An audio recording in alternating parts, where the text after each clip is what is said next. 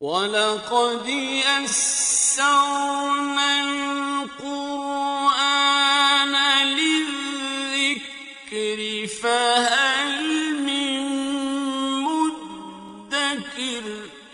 اور ہم نے قرآن کو سمجھنے کے لیے آسان کر دیا، تو کوئی ہے جو سوچے سمجھے۔ صوت القرآن، قرآن کی آواز۔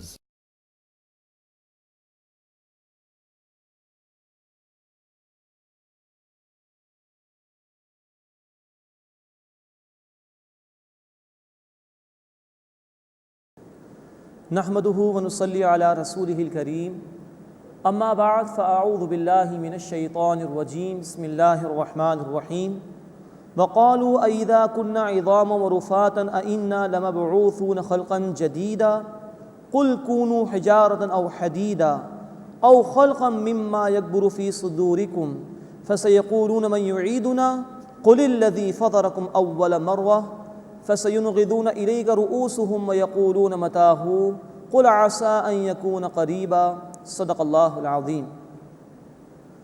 سورہ بنی اسرائیل آیت نمبر 49 سے ہم اپنا مطالعہ شروع کر رہے ہیں۔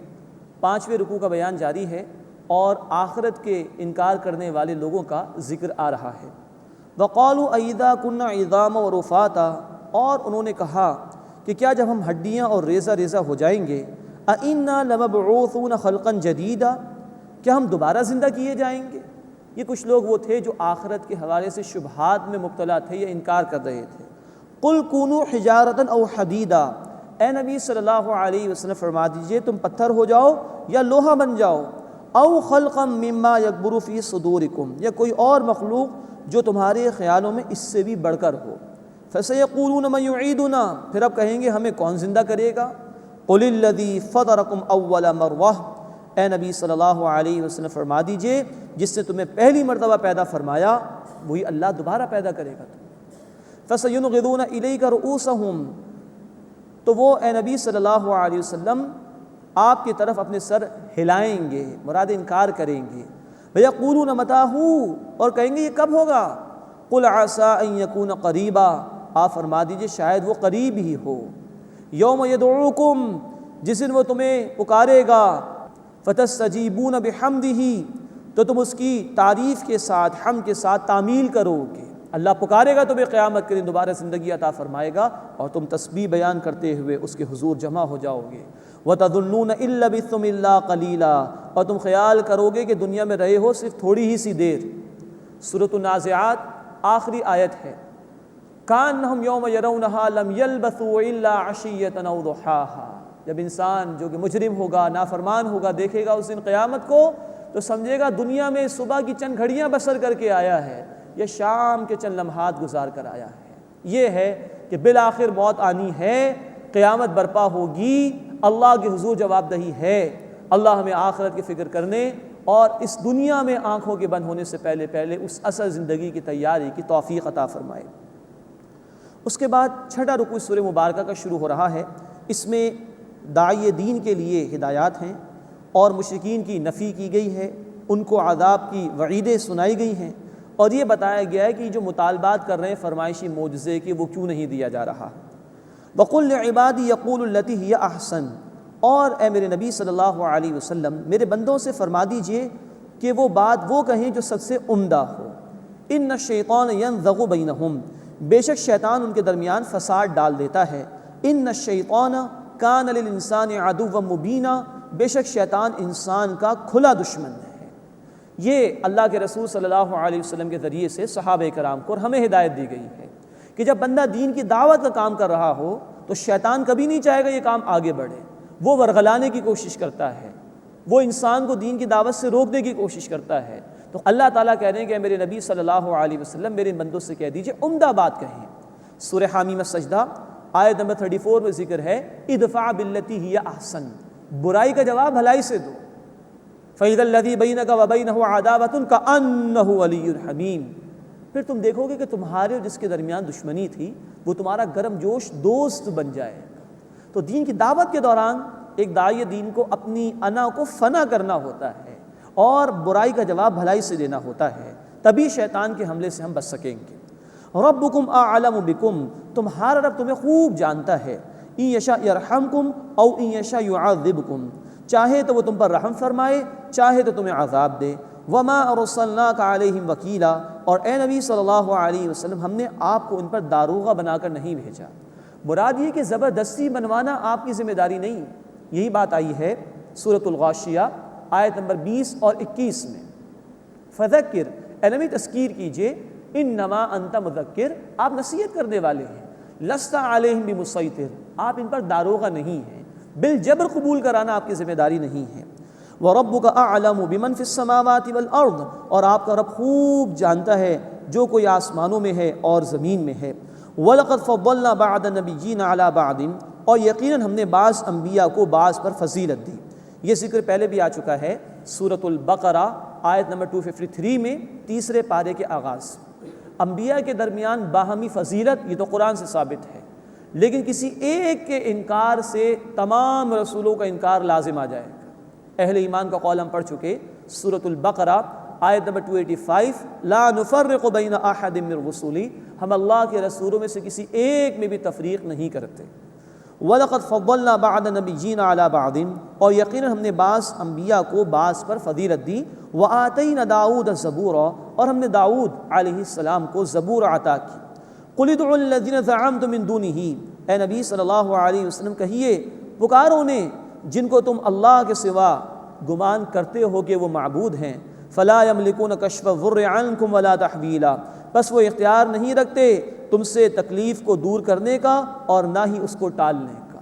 سورۃ الحج آیت نمبر 73 میں اللہ نے فرمایا ہے کہ اللہ کے سوا تم جنہیں پکارتے ہو وہ ایک مکھی بھی پیدا نہیں کر سکتے، اور مکھی ان کے سامنے سے کوئی شے اٹھا کر لے جائے تو بیچارے اسے واپس بھی نہیں لے سکتے، ایسے کو پکارتے ہو۔ فَلَا يَمْلِكُونَ كَشْفَ الضُّرِّ عَنْكُمْ وَلَا تَحْوِيلًا، بس وہ اختیار نہیں رکھتے تم سے تکلیف دور کرنے کا اور نہ ہی اسے ٹالنے کا۔ أُولَٰئِكَ الَّذِينَ يَدْعُونَ يَبْتَغُونَ إِلَىٰ رَبِّهِمُ الْوَسِيلَةَ، وہ لوگ جنہیں پکارتے ہیں وہ خود اللہ کے حضور وسیلہ یعنی قربت تلاش کرتے ہیں۔ اب یہ بتوں کے علاوہ انسانوں کے حوالے سے بات ہو رہی، اللہ کے سوا پکارا جب گیا کسی کو تو لوگوں نے اللہ کے محبوب بندوں کو بھی پکارا ہے، رسولوں کو بھی پکارا ہے۔ بخاری شریف اور مسلم شریف کی روایت ہے، اللہ کے رسول صلی اللہ علیہ وسلم نے فرمایا، اللہ لعنت فرمائے یہود و نصارہ پر جنہوں نے اپنے انبیاء کی قبروں کو سجدہ گاہ بنا لیا تھا۔ اب ان کا ذکر آ رہا ہے کہ جو بندوں میں سے تھے اور اللہ کے سوا جن کو پکارا گیا۔ اولئک الذین یدعون یبتغون الی ربہم الوسیلہ، وہ لوگ جنہیں یہ پکارتے ہیں وہ خود اللہ کی طرف وسیلہ یعنی قربت تلاش کرتے ہیں۔ نوٹ کیجئے سورۃ المائدہ آیت نمبر 35 میں ہم پڑھ چکے ہیں، اللہ کے حضور وسیلہ یعنی اللہ کا قرب تلاش کرنے کے لیے تقویٰ بھی اختیار کرنا ہوگا اور مسلسل جہاد کرنا ہوگا اللہ کے دین پر عمل کرنے کے لیے۔ اللہ ہمیں اس کی توفیق عطا فرمائے۔ یبتغون الی ربہم الوسیلہ، وہ خود ڈھونڈتے ہیں اپنے رب کی طرف وسیلہ یعنی قربت۔ ایہم اقرب، کہ کون زیادہ قریب ہے۔ ویرجون رحمتہ، اور اس کی رحمت کی امید رکھتے ہیں۔ ویخافون عذابہ، اور اس کے عذاب سے ڈرتے ہیں۔ ان عذاب ربک کان محذورا، بے شک آپ کے رب کا عذاب ڈر ہی کی بات ہے۔ تو اللہ کے نیک بندے جن کو پکارا گیا ان کا معاملہ تو یہ تھا، وہ خود اللہ کے عذاب سے ڈرتے تھے اور تم ان کو پکار رہے ہو، تو کتنی غلط روش ہے جو تم نے اختیار کر رکھی ہے۔ وَإِن مِّن قَرْيَةٍ إِلَّا نَحْنُ مُهْلِكُهَا، اور کوئی بستی نہیں مگر ہم اسے ہلاک کرنے والے ہیں، قبل یوم القیامہ، قیامت کے دن سے پہلے، او معذبوها عذابا شدیدا، یا اسے سخت عذاب دینے والے ہیں۔ کان ذلک فی الکتاب مسطورا، یہ کتاب میں لکھا ہوا ہے۔ یعنی ایک مراد تو یہ ہے کہ ہر ایک کو موت آنی ہے، اللہ ہر ایک کو دنیا میں وفات دے گا، اور یہ بھی ہے کہ قوموں کے لیے اللہ کے فیصلے اجتماعی اعمال کی بنیاد پر ہوتے ہیں۔ اگر کوئی قوم اجتماعی طور پر برائی پر آمادہ ہو جائے، اللہ کی بھیجی ہوئی کتاب اور اللہ کے بھیجے ہوئے رسول کی مخالفت پر آمادہ ہو جائے تو وہ عذاب میں مبتلا کی جاتی ہے۔ یہ طے شدہ ہے اللہ تعالیٰ کیا کہ موت ہر ایک کو آنی ہے، اور نافرمانیوں کی وجہ سے قوموں کو اللہ نے عذاب میں بھی مبتلا فرمایا ہے۔ کان ذلک فی الکتاب مسطورا، یہ کتاب میں لکھا ہوا ہے۔ اب بتایا جا رہا ہے کہ اللہ ان کی فرمائشوں کے مطابق معجزہ کیوں نہیں بھیج رہا۔ وما منعنا ان نرسل بالآیات الا ان کذب بها الاولون، اور ہمیں نشانیاں بھیجے سے نہیں روکا مگر اس بات نے کہ پچھلے لوگوں نے جھٹلایا خود سے۔ وَآتَيْنَا ثَمُودَ النَّاقَةَ مُبْصِرَةً، اور ہم نے قوم ثمود کو اونٹنی دی واضح طور پر نظر آنے والی، فَظَلَمُوا بِهَا، بس انہوں نے اس پر ظلم کیا۔ مراد یہ کہ ان کی فرمائش کے مطابق اللہ نے معجزہ دکھایا اونٹنی کا، انہوں نے اس اونٹنی کو ہلاک کر دیا تو اللہ کے عذاب میں مبتلا ہوئے۔ تو فرمائشی معجزہ دے دیا جانا کسی قوم کے لیے بڑا ہی نازک مرحلہ ہوتا ہے، اس لیے اللہ ان کو نہیں دے رہے۔ وَمَا نُرْسِلُ بِالْآيَاتِ إِلَّا تَخْوِيفًا، اور ہم نشانی نہیں بھیجتے مگر خبردار کرنے کے لیے، ڈرانے کے لیے۔ وَإِذْ قُلْنَا لَكَ إِنَّ رَبَّكَ أَحَاطَ بِالنَّاسِ، اور یاد کیجئے نبی صلی اللہ علیہ وسلم جب ہم نے آپ سے کہا کہ بے شک آپ کا رب لوگوں کو قابو کیے ہوئے ہے۔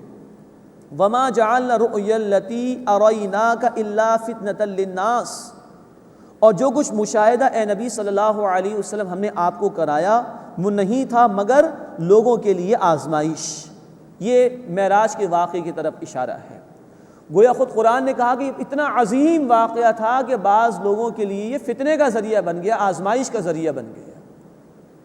مادہ پرست، عقل پرست وہ پریشان ہو گئے، یہ کیسے ہو سکتا ہے کہ ایک رات کے حصے کے اندر پورے آسمانوں کی سیر ہو جائے، ساتوں کے ساتوں آسمان۔ اور دوسری طرف ابو بکر صدیق ہیں رضی اللہ تعالیٰ عنہ، اہل ایمان ہے کہ ہاں اللہ علی کل شیء قدیر ہے، وہ ایسا کر سکتا ہے۔ تو اس کو اللہ نے لوگوں کے لیے آزمائش کا ذریعہ بنا دیا۔ وَالشَّجَرَةَ الْمَلْعُونَةَ فِي الْقُرْآنِ، اور وہ درخت جس پر قرآن میں لعنت کی گئی ہے۔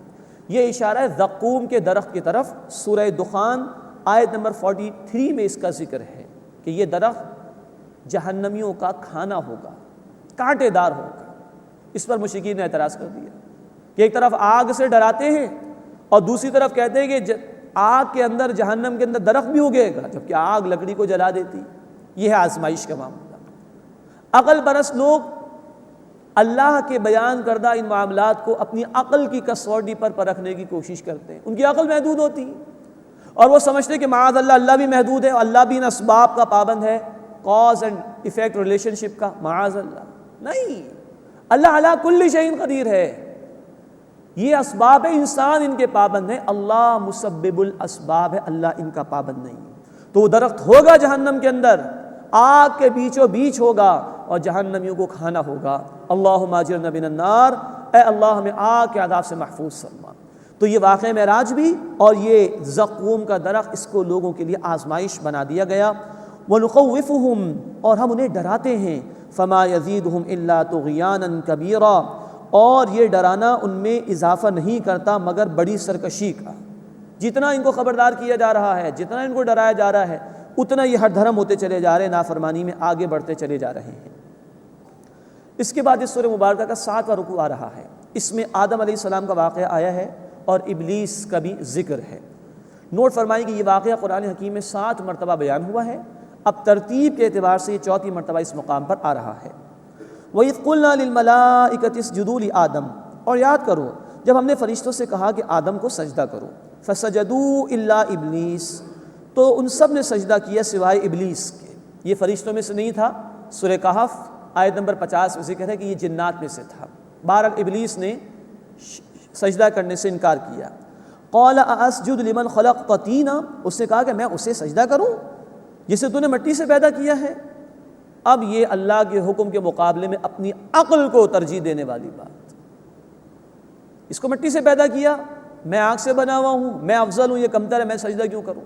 یہ ہے شیطنت، تکبر میں آ جانا اور عقل پرستی کے فریب میں مبتلا ہو جانا۔ قَالَ أَرَأَيْتَكَ هَذَا الَّذِي كَرَّمْتَ عَلَيَّ، اس سے کہا بھلا اللہ مجھے بتا تو صحیح، یہ ہے وہ جسے تو نے مجھ پر عزت دی ہے۔ لَئِنْ أَخَّرْتَنِي إِلَىٰ يَوْمِ الْقِيَامَةِ، اگر تو مجھے قیامت کے دن تک کے لیے ڈھیل دے دے، لَأَحْتَنِكَنَّ ذُرِّيَّتَهُ إِلَّا قَلِيلًا، تو میں چند ایک کے سوا اس کی اولاد کو جڑ سے اکھاڑ دوں گا، مراد ہے برباد کر دوں گا۔ قَالَ اذْهَبْ فَمَن تَبِعَكَ مِنْهُمْ فَإِنَّ جَهَنَّمَ جَزَاؤُكُمْ جَزَاءً مَّوْفُورًا، اللہ نے فرمایا کہ جا، بس ان میں سے جس نے تیری پیروی کی تو بے شک جہنم تمہاری سزا ہے۔ وَاسْتَفْزِزْ مَنِ اسْتَطَعْتَ مِنْهُمْ بِصَوْتِكَ، اور پھسلا لے جس پر ان میں سے تیرا بس چلے اپنی آواز سے۔ وَأَجْلِبْ عَلَيْهِمْ بِخَيْلِكَ وَرَجِلِكَ، اور ان پر اپنے سوار اور پیادہ چڑھا لا۔ وَشَارِكْهُمْ فِي الْأَمْوَالِ وَالْأَوْلَادِ، اور شریک ہو جا ان کے مال اور اولاد میں۔ وَعِدْهُمْ، اور ان سے وعدے کر۔ وما یعیدہم الشیطان الا غرورا، اور ان سے شیطان کا وعدہ کرنا محض دھوکہ ہے۔ یہ اللہ نے اس کو چھٹی دیتی کہ جا تو گمراہ کر کے دیکھ لے، اور اپنی آواز سے ان کو پھسلانے کی کوشش کر۔ شیطان کی آواز سے مراد یہ کہ ہر وہ شے جو رحمان سے غافل کر کے شیطانی دعوت کی طرف انسان کو لے جائے۔ موسیقی اس کا بہت بڑا ذریعہ ہے، اور آج شیطان کا یہ ایجنڈا پائے تکمیل کو پہنچ چکا ہے۔ ہر شے کے اندر موسیقی، موبائل فونز کے اندر موسیقی، ٹیلی ویژن میں موسیقی، گاڑی کے اندر موسیقی، گھروں کے اندر موسیقی، جس سے منع فرمایا رسول کریم صلی اللہ علیہ وسلم نے۔ کنز العمال کی حدیث ہے، آپ صلی اللہ علیہ وسلم نے فرمایا کہ یہ موسیقی دل میں اسی طرح نفاق پیدا کرتی ہے جیسے پانی اندر ہی اندر کام کرتا ہے زمین کے نیچے اور فصل اگاتی ہے۔ تو شیطانی آواز ہر وہ شے کہ جو اللہ سے غافل کر دے بندے کو اور شیطان کی دعوت کی طرف لے جائے۔ تو کہا اللہ تعالیٰ نے کہ تو اپنی آواز سے ان میں جس پر تیرا بس چلے پھسلا لے، اور اپنے پیادہ بھی لیا، اپنے سوار بھی لیا، جو ایجنٹس ہیں انسانوں میں سے، جنات میں سے، شیطان کے، من الجنۃ والناس، سورۃ الناس میں، ان سب کو لیا اور ان کے مال اور اولاد میں شریک ہو جا۔ مراد یہ کہ مال حرام یہ شیطانی دعوت ہے۔ جب بندہ مال حرام کماتا ہے تو گویا وہ شیطانی عمل کر رہا ہے۔ مال کو شیطانی کاموں میں خرچ کرے تو گویا شیطان اس مال میں شریک ہو گیا۔ کھانے پر اللہ کا نام نہ لیا جائے تو احادیث میں ذکر ہے کہ شیطان اس میں شریک ہو جاتا ہے۔ اولاد اللہ نے عطا فرمائی، شیطان پٹی پڑھاتا ہے کسی اور کا بھی شکر ادا کرو تو شیطان شامل ہو گیا۔ اولاد اللہ نے عطا فرمائی، اس کی صحیح طرح تربیت نہ کی جائے اور وہ شیطانی عمل کر رہی ہو تو گویا شیطان اولاد میں شریک ہو گیا۔ یہ ہیں شیطانی منصوبے، اللہ ہمیں اس سے بچنے کی توفیق عطا فرمائے۔ وعیدہم، اور ان سے وعدے کر، وما یعیدہم الشیطان الا غرورا، اور ان سے شیطان کا وعدہ محض دھوکہ ہے، فریب ہے۔ ان عبادی لیس لک علیہم سلطان، بے شک میرے بندوں پر تیرا کوئی زور نہیں ہے۔ اب یہاں اللہ کے بندے وہ جو اللہ کے ذکر سے سرشار ہوں، اللہ کی اطاعت کرنے والے، اللہ کو یاد رکھنے والے، ان پر شیطان حاوی نہیں ہو سکتا۔ قرآن ہمیں بتاتا ہے سورہ الزخرف آیت 36 میں، وَمَن يَعْشُ عَن ذِكْرِ الرَّحْمَنِ نُقَيِّضْ لَهُ شَيْطَانًا فَهُوَ لَهُ قَرِينٌ، جو رحمان کے ذکر سے ہٹتا ہے، غفلت کرتا ہے، اس پر ہم شیطان کو مقرر کر دیتے ہیں، وہ اس کا ساتھی بن جاتا ہے۔ تو جو اللہ کے ذکر سے سرشار ہوں، اللہ کی اطاعت پر کاربند ہوں، اللہ کے بندے بن کر رہیں، شیطان کا زور ان پر نہیں چل سکتا۔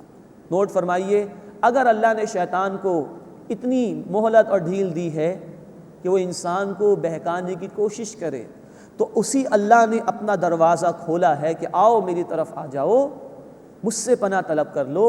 سورہ حامیم السجدہ آیت نمبر 36، وَإِمَّا يَنزَغَنَّكَ مِنَ الشَّيْطَانِ نَزْغٌ فَاسْتَعِذْ بِاللَّهِ، جب شیطان کی طرف سے کوئی چوک تمہیں لگ جائے تو اللہ کی پناہ میں آ جاؤ۔ اللہ کی پناہ میں آ جاؤ گے، شیطان تمہارا کچھ بھی بگاڑ نہیں سکے گا۔ وَكَفَىٰ بِرَبِّكَ وَكِيلًا، اور اللہ کافی ہے تمہارے لیے بطور کارساز کے۔ آ جاؤ اس کی پناہ میں، اللہ شیطان کے حملوں سے بچا لے گا۔ رَبُّكُمُ الَّذِي يُزْجِي لَكُمُ الْفُلْكَ فِي الْبَحْرِ، تمہارا رب ہے جو سمندر میں تمہارے لیے کشتیاں چلاتا ہے۔ لِتَبْتَغُوا مِنْ فَضْلِهِ، تاکہ تم اس کا فضل تلاش کرو، وہاں سے تمہیں کھانے کے لیے غذا بھی مل جاتی ہے اور زیورات بھی تم وہاں سے حاصل کر سکتے ہو۔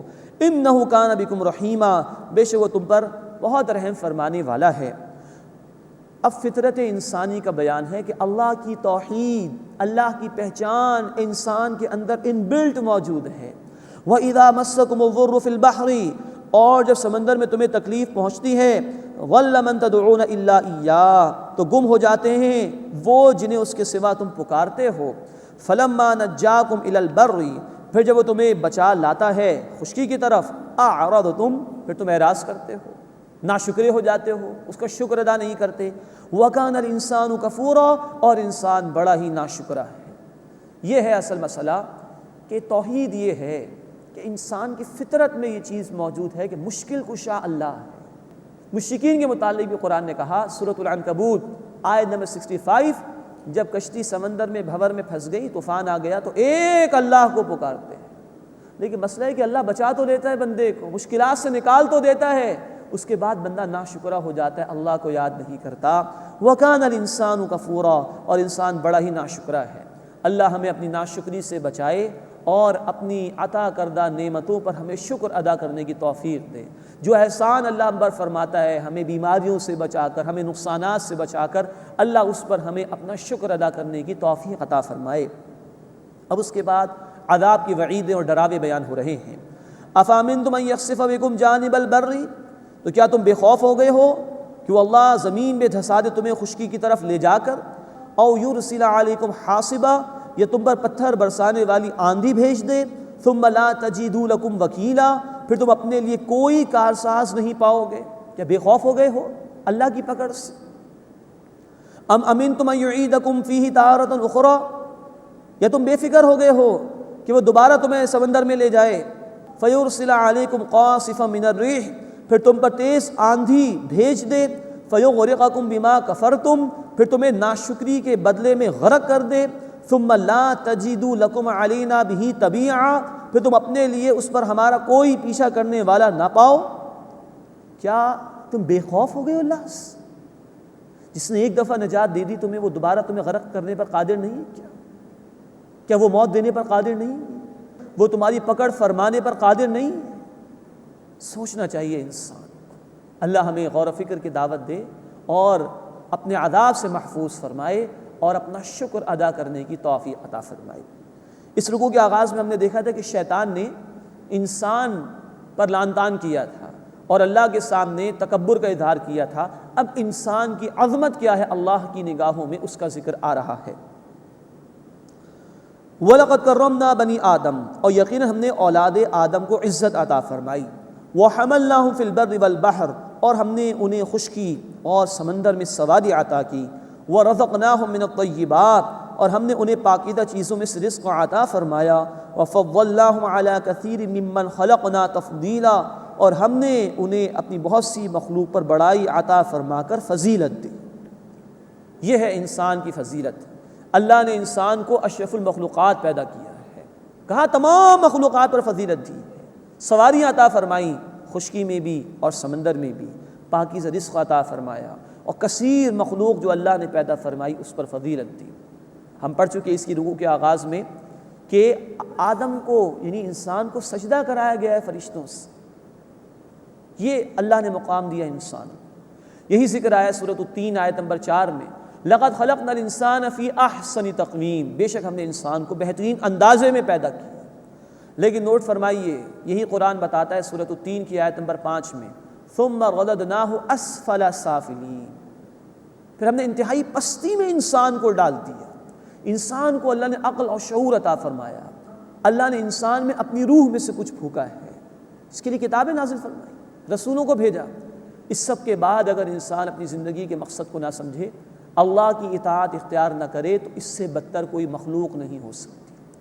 سورۃ الاعراف میں آیت 179 میں کہا گیا، اولئک کالانعام بل ہم اضل، یہ جانور بلکہ ان سے بھی بدتر ہیں۔ جانوروں کو اللہ نے صلاحیتیں نہیں دی، انسان کو اشرف المخلوقات بنایا، لیکن وہ بھی نری حیوانی زندگی بسر کرے، کھائے پیے اور موج کرے، اور اپنی زندگی کے مقصد کو بھول جائے، آخرت کی تیاری نہ کرے، تو اس سے پھر بدتر مخلوق بھی کوئی نہیں۔ وَفَضَّلْنَاهُمْ عَلَى كَثِيرٍ مِّمَّنْ خَلَقْنَا تَفْضِيلًا، اور ہم نے انہیں اپنی بہت سی مخلوق پر بڑائی عطا فرما کر فضیلت دی۔ اس کے بعد اس سورہ مبارکہ کا 8واں رکوع شروع ہو رہا ہے۔ اس میں حشر کا بیان ہے، عذاب کی وعیدیں سنائی گئی ہیں، اور مشرکین پر عذاب اللہ کی طرف سے نازل ہوا ہے۔ یوم ندعو کل اناس بامامہم، جس دن ہم تمام لوگوں کو بلائیں گے ان کے پیشواؤں کے ساتھ، نافرمانوں کے نافرمان لیڈرز آگے آگے ہوں گے۔ فمن اوتی کتابہ بیمینہ، بس جس کو اس کی کتاب یعنی اعمال نامہ دائیں ہاتھ میں دیا جائے گا، فاولئک یقرؤون کتابہم، تو وہ لوگ اپنا نامہ اعمال پڑھیں گے، ولا یظلمون فتیلا، اور ان پر ایک دھاگے کے برابر بھی ظلم نہیں کیا جائے گا۔ اللہ ہمیں ان لوگوں میں شامل فرمائے کہ جن کا نامہ اعمال سیدھے ہاتھ میں دیا جائے گا۔ اس کے مقابلے میں دوسرا طرز عمل، دوسرا انجام، ومن کان فی ہذہ اعمی، اور جو اس دنیا میں اندھا رہا، فہو فی الآخرۃ اعمی، بس وہ آخرت میں بھی اندھا رہے گا، واضل سبیلا، اور راستے سے بھٹکا ہوا۔ اللہ اس برے انجام سے ہماری حفاظت فرمائے۔ قرآن ہمیں بتاتا ہے سورہ طٰہٰ آیت نمبر 124 میں، کہ جس نے میرے اس ذکر قرآن سے منہ موڑ لیا اس کی زندگی میں تنگ کر دوں گا اور قیامت کے دن اس کو میں اندھا کھڑا کروں گا۔ اللہ اس برے انجام سے ہماری حفاظت فرمائے۔ اس کے بعد خطاب ہے رسول کریم صلی اللہ علیہ وسلم سے، لیکن آپ صلی اللہ علیہ وسلم سے خطاب کر کے مشرکین کو سنایا جا رہا ہے، اور دراصل اس خطاب کے انداز میں نبی صلی اللہ علیہ وسلم کی طرف اللہ کے التفات کا ذکر آ رہا ہے۔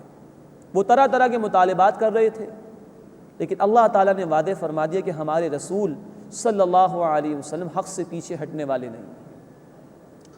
وَإِن كَادُوا لَيَفْتِنُونَكَ عَنِ الَّذِي أَوْحَيْنَا إِلَيْكَ، اے نبی صلی اللہ علیہ وسلم قریب تھا کہ اس وحی سے جو ہم نے آپ کی طرف نازل کی ہے وہ آپ کو پھسلا دیں، لِتَفْتَرِيَ عَلَيْنَا غَيْرَهُ، تاکہ آپ ہم پر اس کے سوا کچھ جھوٹ باندھ لیں، وَإِذًا لَاتَّخَذُوكَ خَلِيلًا، اور اس صورت میں یقیناً وہ آپ کو دوست بنا لیتے، وَلَوْلَا أَن ثَبَّتْنَاكَ، اور اگر ہم آپ کو ثابت قدم نہ رکھتے۔ یہ التفات ہوا اللہ کا، اللہ نے ثبات عطا فرمایا اپنے رسول صلی اللہ علیہ وسلم کو۔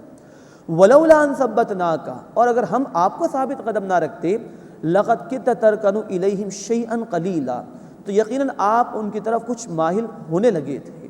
اِذًا لَأَذَقْنَاكَ ضِعْفَ الْحَيَاةِ وَضِعْفَ الْمَمَاتِ، بالفرض اگر ایسا ہو جاتا اس صورت میں ہم آپ کو زندگی میں بھی دوہری سزا دیتے اور موت کے بعد بھی دوہری سزا دیتے۔ ثم لا تجد لك علينا نصيرا، پھر آپ اپنے لیے ہمارے مقابلے میں کوئی مددگار بھی نہیں پاتے۔ نوٹ فرمائیے، خطاب ہے رسول کریم صلی اللہ علیہ وسلم سے، لیکن سنایا جا رہا ہے مشرکین کو۔ ہمارے یہ حبیب صلی اللہ علیہ وسلم حق سے دور ہونے والے نہیں، قرآن اصل معجزہ ہے، یہ اسی پر کار بند رہیں گے، اس کے مقابلے میں کوئی اور شے نہیں دی جائے گی، اور اللہ حفاظت فرمانے والا اپنے حبیب صلی اللہ علیہ وسلم کی، تمہاری تمام تر کوششیں ان کو ہٹانے کی ناکام ہو جائیں گی۔ تو گویا انہی الفاظ میں التفات ہے اللہ کے حبیب صلی اللہ علیہ وسلم کی طرف، اور رد کیا جا رہا ہے مشرکین کے مطالبات کا، اور ان کی مخالفت کی نفی کی جا رہی ہے اللہ تعالیٰ کی طرف سے۔ مزید نوٹ فرمائیے کہ دیکھیے جن کے رتبے بلند ہوتے ہیں ان کی مشکلات بھی زیادہ ہوتی ہیں۔ دوہرا عذاب زندگی کا، دوہرا عذاب موت کے بعد، یقیناً ایسا نہیں ہے رسالت میں آپ صلی اللہ علیہ وسلم کے ساتھ، لیکن ہمیں سمجھایا گیا کہ جتنا مقام بلند ہو پوزیشن بھی اتنی ہی حساس ہو جاتی ہے، ریوارڈ بھی بہت عمدہ ہوتا ہے، پنشمنٹ بھی بڑی شدید ہوتی ہے۔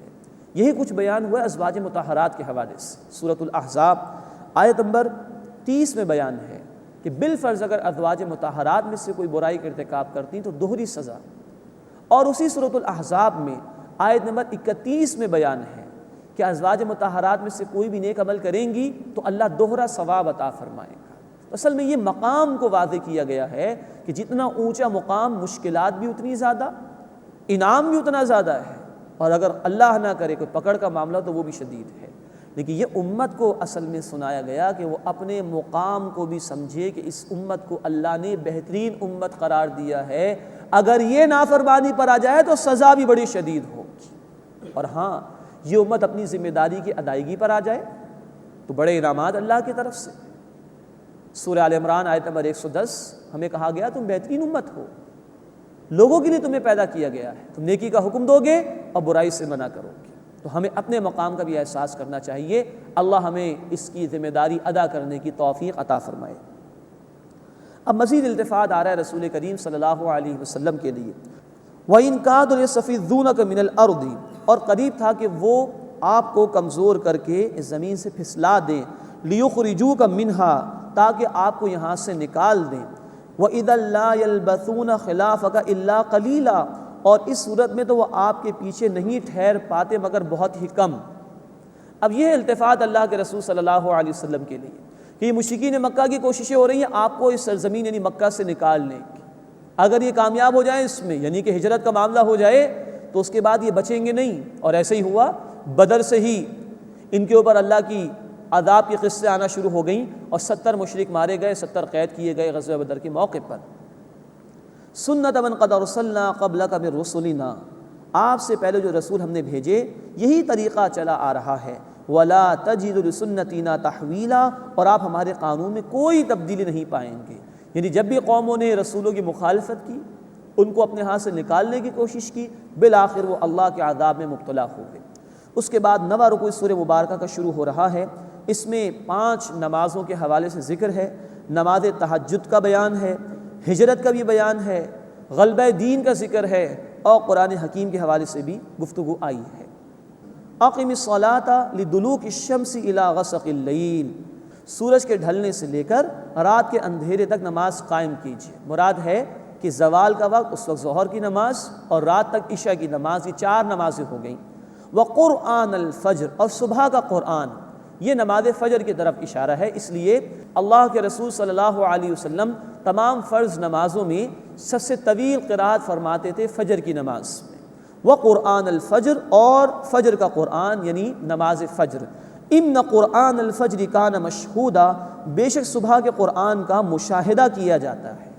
مراد ہے کہ فرشتے آتے ہیں اس وقت، اور رات والے فرشتے جا رہے ہوتے ہیں، دن والے فرشتے آ رہے ہوتے ہیں۔ یہ تفصیل بخاری شریف کی حدیث میں موجود ہے۔ تو بڑا قبولیت کا وقت ہوتا ہے، نماز فجر کا وقت بڑی قبولیت کا وقت ہے، اس وجہ سے بھی اس کا خاص طور پر اہتمام کرنے کی علیحدہ سے تلقین کی گئی۔ اور کیونکہ نبی کریم صلی اللہ علیہ وسلم طویل قرات فرماتے تھے نماز فجر میں، تو فجر کو قرآن کے ساتھ ہی منسلک کر کے بیان کیا گیا۔ ان قرآن الفجر کان مشہودا، بے شک صبح کا قرآن اس کا مشاہدہ کیا جاتا ہے۔ مزید یہ کہ آدمی جب رات کو سو کر اٹھتا ہے تو فریش ہوتا ہے، کوئی فکریں اس کے ذہن پر حاوی نہیں ہوتی۔ دن بھر کی نمازوں میں یہ کہ کاروبار بھی ہے، دیگر مصروفیات بھی ہیں، لیکن فجر کی نماز کا معاملہ یہ کہ انسان فریش ہوتا ہے، تو اس وقت بھی قرآن کی تلاوت سب سے زیادہ عمدہ ہے۔ وَمِنَ اللَّيْلِ فَتَہَجَّدْ بِهِ، اور رات کے کچھ حصے میں قرآن کے ساتھ بیدار رہیے۔ یہ اشارہ ہے نماز تہجد کی طرف، جس میں قرآن ہی سب سے زیادہ مطلوب ہے۔ نافلۃ لک، اے نبی صلی اللہ علیہ وسلم، یہ آپ کے لیے زائد ہے۔ نوٹ فرمائیے کہ تہجد کی نماز نبی صلی اللہ علیہ وسلم کے لیے فرض رہی، امت کے لیے نفل کے درجے میں ہے، لیکن فرض نمازوں کے بعد اہم ترین عمل حدیث کے مطابق جو بندے کو اللہ سے قریب کرتا ہے وہ نماز تہجد ہے۔ فرمایا کہ وَمِنَ اللَّيْلِ فَتَہَجَّدْ بِهِ، اور رات کے کچھ حصے میں قرآن کے ساتھ بیدار رہی، کیونکہ تہجد کی نماز میں اصل میں قیام مطلوب ہے، طویل قیام ہو جس میں قرآن پڑھا جائے۔ اللہ کے رسول صلی اللہ علیہ وسلم کی ایک قیام کی کیفیت اس طرح بیان ہوئی، بخاری شریف میں تفصیل موجود ہے۔ صحابی فرماتے ہیں رمضان کی رات تھی کہ میں نبی صلی اللہ علیہ وسلم کے حجرے میں گیا، آپ نے قیام اللیل کی نیت باندھ لی، میں بھی کھڑا ہو گیا۔ فرمایا کہ اللہ کے رسول صلی اللہ علیہ وسلم نے سورۃ البقرہ مکمل پڑھ لی، سورہ آل عمران بھی مکمل، سورہ نساء بھی مکمل، سورہ مائدہ شروع کی، میں چلا گیا رکعت توڑ۔ اتنا طویل قیام فرماتے تھے اللہ کے رسول صلی اللہ علیہ وسلم۔ نافلۃ لک، یہ آپ کے لیے زائد ہے، یعنی آپ پر فرض کے درجے میں ہے، امت کے لیے نفل کے درجے میں، لیکن بہترین عمل ہے فرض نمازوں کے بعد۔ عسیٰ ان یبعثک ربک مقاما محمودا، قریب ہے کہ آپ کا رب آپ کو مقام محمود عطا فرمائے گا۔ یہ بلند ترین مقام ہے جو اللہ اپنے حبیب صلی اللہ علیہ وسلم کو جنت میں عطا فرمائیں گے۔ اسی کی دعا کرنے کی ہمیں تلقین کی گئی ہے اذان کے بعد کی دعا میں، کہ جو ہم پڑھتے ہیں اللہ ہمیں یہ دعا کرنے کی بھی توفیق عطا فرمائے، اللہ اپنے حبیب کو بلند مقام عطا فرمائے، اور ہمیں ان کی شفاعت کا مستحق بننے کے لیے عمل کرنے کی توفیق عطا فرمائے۔ وَقُلْ رَبِّ أَدْخِلْنِي مُدْخَلَ صِدْقٍ، اور اے نبی صلی اللہ علیہ وسلم یہ دعا کیجئے، اے میرے رب مجھے داخل فرما سچائی کا داخل کرنا، وَأَخْرِجْنِي مُخْرَجَ صِدْقٍ، اور مجھے نکال سچائی کا نکالنا، وَاجْعَلْنِي مِن لَّدُنْكَ سُلْطَانًا نَصِيرًا، اور اپنی جناب سے مجھے عطا فرما غلبہ، مدد دیے جانے والا۔ یہ جامع ترمذی کی حدیث ہے۔ ابن عباس رضی اللہ تعالی عنہ نے فرمایا کہ اس آیت مبارکہ سے اشارہ ہو گیا ہجرت کی طرف، اور پھر اللہ کے رسول صلی اللہ علیہ وسلم تشریف لے گئے تھے مدینہ منورہ کی طرف، لیکن آپ نے دعا کی اللہ سچائی کے ساتھ نکال بامقصد طور پر، اور جہاں بھی لے جائے جہاں بھی داخل فرما، یعنی مدینہ عمدگی کے ساتھ سچائی کے ساتھ بامقصد طور پر داخل فرما۔ مزید نوٹ فرمائی کہ اللہ کے رسول صلی اللہ علیہ وسلم نے دعا کی وَاجْعَلْنِي مِن لَّدُنْكَ سُلْطَانًا نَصِيرًا، اور اپنی طرف سے مجھے عطا فرما غلبہ، مدد دینے والا، یعنی طاقت مانگی اللہ کے رسول صلی اللہ علیہ وسلم نے، اس لیے کہ ہمارا دین اپنا غلبہ چاہتا ہے۔ قرآن نے ہم سے کہا سورۃ البقرہ آیت نمبر 208 ادخلوا فی السلم کافہ، اسلام میں پورے کے پورے داخل ہو جاؤ۔ قرآن نے ہم سے مطالبہ کیا سورہ الشورى آیت نمبر 13 میں، اقیم الدین، دین کو قائم کرو۔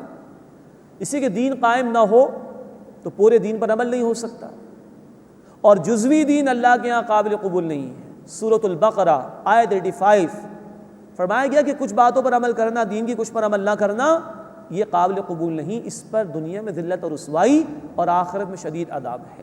تو دین غلبہ چاہتا ہے، اور اللہ کے رسول صلی اللہ علیہ وسلم نے اسی لیے ہجرت کی، ورنہ نمازیں آپ ادا کر سکتے تھے مکے میں رہتے ہوئے، نہیں، دین غالب کرنا ہے۔ It's a complete package, it's a complete code of life, یہ اپنا غلبہ چاہتا ہے۔ اس کی دعا آپ صلی اللہ علیہ وسلم نے فرمائی، اور حدیث نوٹ فرمائیے، مسند احمد کی حدیث ہے، اللہ کے رسول صلی اللہ علیہ وسلم نے فرمایا کہ مجھے قیامت سے پہلے تلوار دے کر بھیجا گیا ہے تاکہ صرف اللہ کی عبادت کی جائے اور اس کے ساتھ کسی کو شریک نہ کیا جائے۔ تو دین ہمیں قتال کا حکم بھی دیتا ہے، سورۃ البقرہ آیت نمبر 193 اور سورۃ الانفال آیت نمبر 39 قتال کا حکم ہے تاکہ دین غالب ہو۔ اس کی دعا کی رسول کریم صلی اللہ علیہ وسلم نے اللہ سے، وَقُلْ جَاءَ الْحَقُّ، اور نبی صلی اللہ علیہ وسلم فرما دیجئے حق آ گیا، وَزَهَقَ الْبَاطِلُ، اور باطل مٹ گیا، اِنَّ الْبَاطِلَ كَانَ زَهُوقًا، بے شک باطل ہے ہی مٹنے کے لیے۔ بخاری شریف کی حدیث ہے، جب مکہ فتح ہو گیا سن 8 ہجری میں، آپ بتوں کو اپنی چھڑی سے گرا رہے تھے اور پڑھ رہے تھے جاء الحق وزهق الباطل، حق آ گیا اور باطل مٹ گیا۔ آج یہ جملہ ہم اس وقت کہہ سکیں گے جب اللہ کی زمین پر اللہ کا دین غالب اور نافذ۔ ہمیں سوچنا چاہیے کیا ہم یہ کہہ سکتے ہیں؟ آج تو باطل غالب ہے، سودی نظام غالب ہے۔ قرآن نے کہا سورۃ البقرہ آیت 279، اگر سود کا نظام نہیں چھوڑتے تو اللہ اور اس کے رسول کی طرف سے تمہارے خلاف اعلان جنگ ہے۔ قرآن نے کہا سورۃ المائدہ آیت نمبر 68 میں اہل کتاب سے، اگر تم تورات اور انجیل کے احکامات کو نافذ نہیں کرتے تمہاری کوئی حیثیت اللہ کی نگاہوں میں نہیں۔ آج قرآن مساجد میں موجود تو ہے، آج قرآن مدارس میں پڑھا تو جاتا ہے، آج قرآن گھروں میں پڑھا بھی جاتا ہے، رکھا بھی جاتا ہے، لیکن آج قرآن کے احکامات نافذ تو نہیں۔ کیا ہم یہ جملہ کہہ سکتے ہیں؟ اللہ کے رسول نے صرف قرآن پڑھا نہیں، صرف قرآن بیان نہیں کیا، صرف قرآن پہنچایا نہیں، بلکہ اللہ کے رسول صلی اللہ علیہ وسلم نے طویل جد و جہد کے بعد اس قرآن کے احکامات پر مبنی نظام کو قائم کر کے دکھایا۔ تب آپ نے یہ جملہ کہا فتح مکہ کے موقع پر، جاء الحق وزهق الباطل، حق آ گیا اور باطل مٹ گیا، ان الباطل کان زہوقا، بے شک باطل ہے ہی مٹنے کے لیے۔ آج یہ تقاضا ہم سے ہے، آج دنیا سسک رہی ظلم اور بے انصافی کی وجہ سے، ہمارے پاس اللہ کا یہ حق موجود ہے، ہمارے پاس اللہ کے رسول صلی اللہ علیہ وسلم کا اسوہ حسنہ موجود ہے۔ اب انسانیت تک یہ پیغام پہنچانا ہماری ذمہ داری ہے، اور اس کے لیے جد و جہد کرنا یہ 23 برس کی سنت ہے رسول کریم صلی اللہ علیہ وسلم کی، اس پر عمل کرنا آج ہماری ذمہ داری ہے۔ اللہ ہمیں اس کی توفیق عطا فرمائے۔ تبھی آیت ہم پڑھیں گے تو اس کا لطف ہمیں آئے گا کہ جب دین غالب ہو جائے، حق نافذ ہو جائے اور باطل مٹ جائے، تبھی اس آیت کا لطف آئے گا انشاءاللہ، ان الباطل کان زہوقا، بے شک باطل ہے ہی مٹنے کے لیے۔ وَنُنَزِّلُ مِنَ الْقُرْآنِ مَا هُوَ شِفَاءٌ وَرَحْمَةٌ لِّلْمُؤْمِنِينَ، اور جو ہم قرآن میں سے نازل کرتے ہیں وہ اہل ایمان کے لیے شفا اور رحمت ہے۔ وَلَا يَزِيدُ الظَّالِمِينَ إِلَّا خَسَارًا، اور ظالموں کے لیے اضافہ نہیں ہوتا سوائے نقصان اور خسارے کے۔ ہم پڑھ چکے ہیں سورہ یونس آیت 57 میں، یہ قرآن موعظہ ہے اور یہ شفاء لما فی الصدور ہے، یہ دلوں کو نرم کرنے والی کتاب ہے، یہ دلوں کی بیماریوں کا علاج کرنے والی کتاب ہے۔ یہ بغض، تعصب، تکبر، عناد، دنیا کی محبت، آخرت سے غفلت، ان تمام بیماریوں کا علاج کرنے والی کتاب ہے۔ فرمایا کہ جو کچھ ہم قرآن میں سے نازل کرتے ہیں وہ اہل ایمان کے لیے شفا اور رحمت ہے۔ وَلَا يَزِيدُ الظَّالِمِينَ إِلَّا خَسَارًا، اور ظالموں کے لیے اضافہ نہیں ہوتا مگر خسارے کا۔ اس لیے کہ اگر نیت درست نہ ہو، دل میں تڑپ اور لگن نہ ہو تو قرآن سے گمراہی ہی ملے گی۔ جیسے انسان کا معدہ اگر درست ہو تو معمولی غذا بھی اس کے لیے فائدہ مند ہوگی، اور معدہ اسٹمک اگر خراب ہو تو بہترین غذا بھی بیماری میں تکلیف میں اضافے کا ذریعہ بن جائے گی۔ یہی معاملہ قرآن حکیم کے حوالے سے، یہی اللہ کی ہدایت کا قانون ہے کہ اگر قبول کرنا چاہو گے، لگن ہوگی، تڑپ ہوگی، اللہ ہدایت عطا فرما دے گا اس قرآن کے ذریعے سے۔ انکار ہوگا، تکبر ہوگا، مخالفت ہوگی، دنیا کے محبت میں مبتلا ہوگے تو گمراہی کے سوا کچھ نہیں ملے گا۔ وَلَا يَزِيدُ الظَّالِمِينَ إِلَّا خَسَارًا، اور ظالموں کے لیے اضافہ نہیں ہوتا مگر صرف نقصان اور خسارے کا۔ وَإِذَا أَنْعَمْنَا عَلَى الْإِنسَانِ أَعْرَضَ وَنَأَىٰ بِجَانِبِهِ، اور جب ہم انسان کو نعمت عطا کرتے ہیں تو وہ اعراض کرتا ہے اور پہلو پھیر لیتا ہے۔ وَإِذَا مَسَّهُ الشَّرُّ كَانَ يَئُوسًا، اور جب اسے تکلیف پہنچتی ہے تو وہ مایوس ہو کر رہ جاتا ہے۔